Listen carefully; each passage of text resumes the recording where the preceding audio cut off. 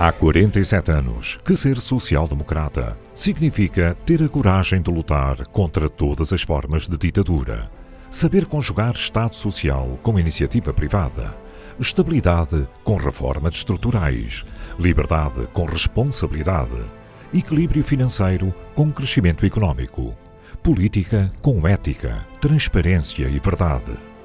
Há 47 anos que ser social-democrata significa estar ligado aos grandes momentos da história de Portugal, dizer sim à consolidação da democracia, ao desafio de integração europeia, à modernização do tecido produtivo, à criação de um Estado social justo e sustentável, a um poder local forte e democrático. Há 47 anos que ser social-democrata significa contribuir para fazer de Portugal um país democrático e desenvolvido, onde os interesses comuns se sobrepõem aos interesses particulares. Nos dias conturbados que se seguiram ao golpe de Estado militar, 3 homens com um passado de coragem pessoal e política na luta pela liberdade decidem fundar um novo partido político que permitisse construir para um país moderno e desenvolvido, assente nos valores da social-democracia. Durante os últimos anos do governo de Marcelo Caetano, no seio da chamada ala liberal, os 3 tinham lutado pela defesa dos ideais humanistas e democráticos, apresentando propostas de reformas liberais no sentido de aproximar o regime português do modelo das democracias ocidentais.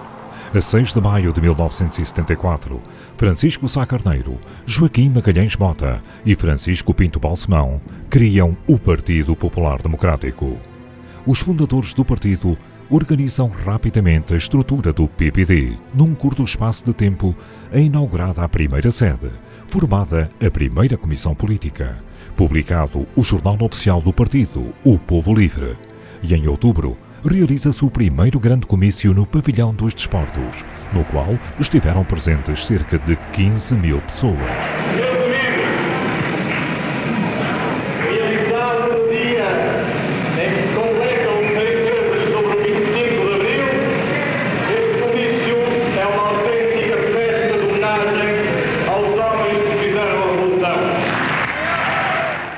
Em novembro de 1974, um mês depois, realiza-se o primeiro congresso do partido, também no Pavilhão dos Desportos em Lisboa. Sá Carneiro é eleito líder do PPD graças à sua combatividade e ao empenho dos seus dirigentes, militantes e simpatizantes. O Partido Popular Democrático assume-se rapidamente como um dos principais partidos políticos na luta por um Portugal verdadeiramente democrático e livre. O PPD nasceu há 6 meses e vejam o que entretanto conseguimos. O PPD é já um grande partido, vamos fazer dele o maior partido português. A 25 de abril de 1975, realizaram-se as primeiras eleições democráticas para a Assembleia Constituinte. O PPD elege 81 deputados, tornando-se a segunda força política nacional. Era a confirmação de que o Partido Popular Democrático era um partido de bases, fortemente implantado no país. Os portugueses aderiram em força a um projeto político empenhado em impor os valores da igualdade, da liberdade e da solidariedade. Em 1976, é aprovada a primeira Constituição Portuguesa Democrática, com o apoio do PPD. No entanto, Francisco Sá Carneiro sempre criticou o excessivo peso do poder político, militar e as orientações estatizantes socialistas. É efetivando o nosso programa, lutando pela sua concretização na Assembleia da República, nas regiões autónomas, nas autarquias locais, nos sindicatos, nas empresas, nos serviços, nas cooperativas, onde quer que possamos erguer a nossa voz, que manteremos a democracia e havemos de construir o país que desejamos. Nas primeiras eleições autárquicas, em dezembro de 1976, o PPD, que entretanto passa a chamar-se Partido Social Democrata, conquista 115 câmaras municipais. Era o início de uma profunda ligação do partido às realidades locais que se mantém viva até aos nossos dias. Nos Açores e na Madeira, desde as eleições para a Assembleia Legislativa Regional de 1976, que o PPD-PSD se assume como um partido das autonomias regionais, contribuindo decisivamente para um assinalável desenvolvimento das regiões autónomas.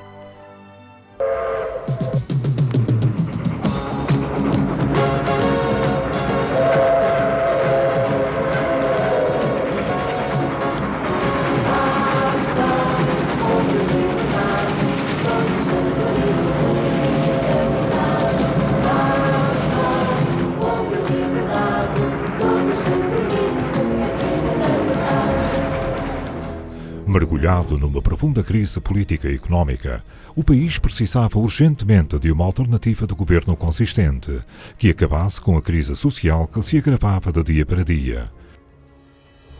Surge então a Aliança Democrática, a primeira coligação do Portugal pós 25 de Abril, com forte apoio nacional. Constituída pelo PSD, CDS e PPM, a AD, sob a liderança de Francisco Sá Carneiro, ganhou as eleições legislativas em 1979, conseguindo a primeira maioria absoluta da democracia portuguesa. Eu, abaixo assinado, afirmo solenemente, pela minha honra, que cumprirei com lealdade as funções que me são confiadas. Desde os seus primeiros momentos de governo, que a AD deu provas que queria tirar o país da crise que nele se tinha instalado.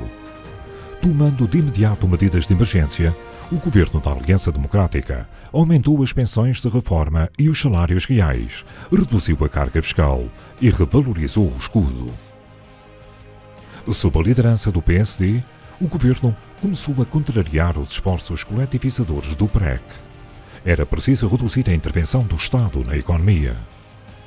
Como desde o princípio dissemos, falaremos pouco da ideologia.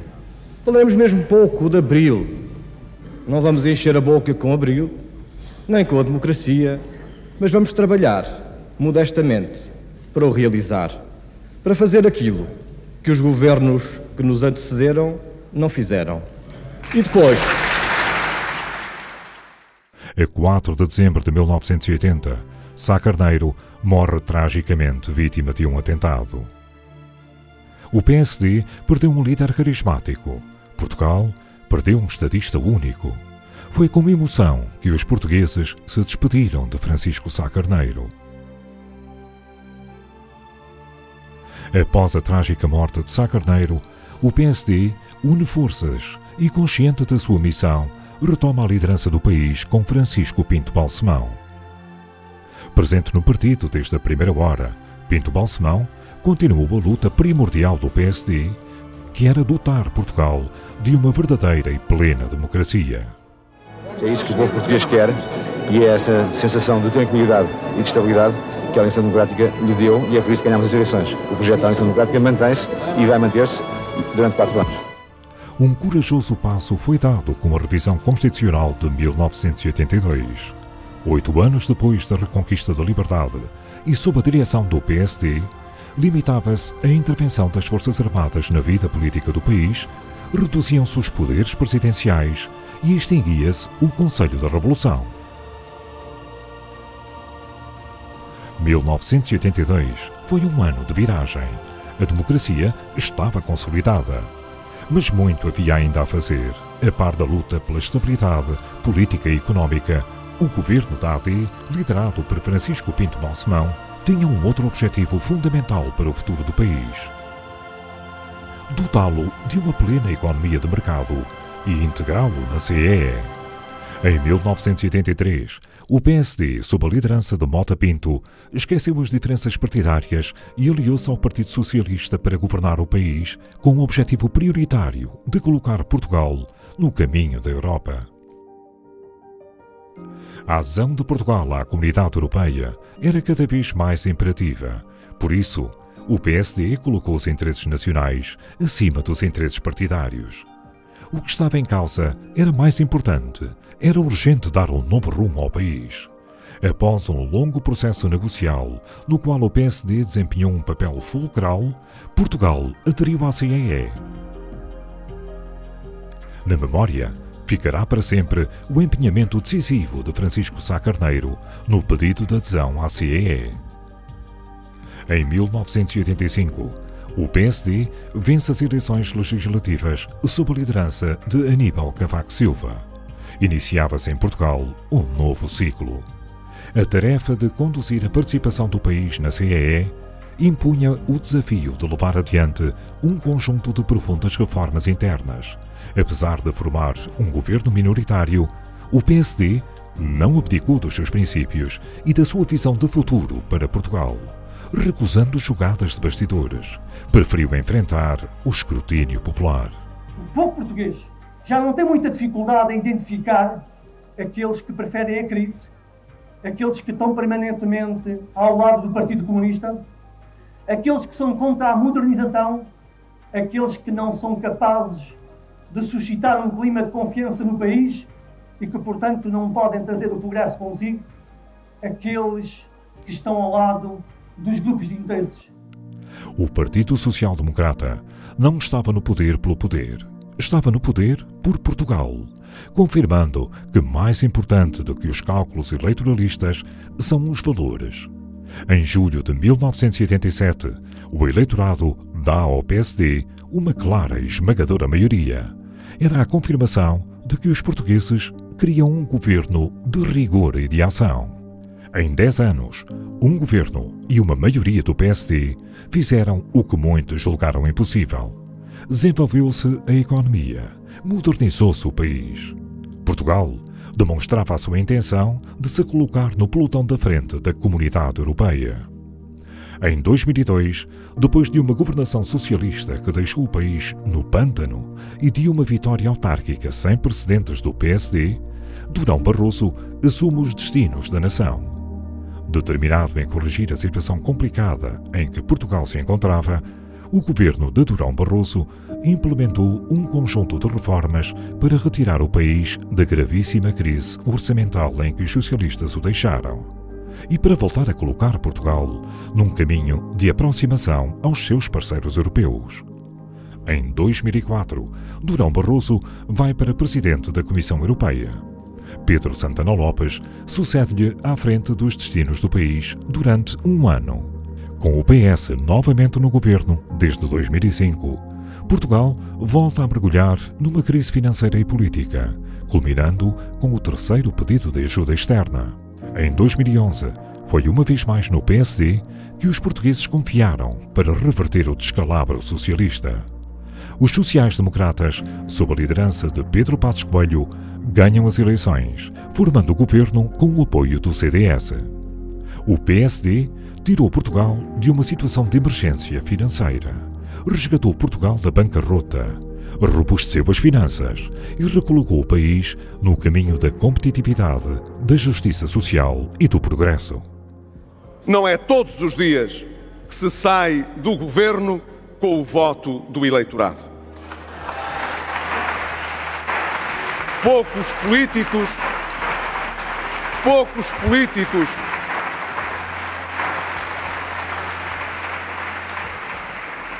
Poucos políticos se poderão orgulhar dessa circunstância.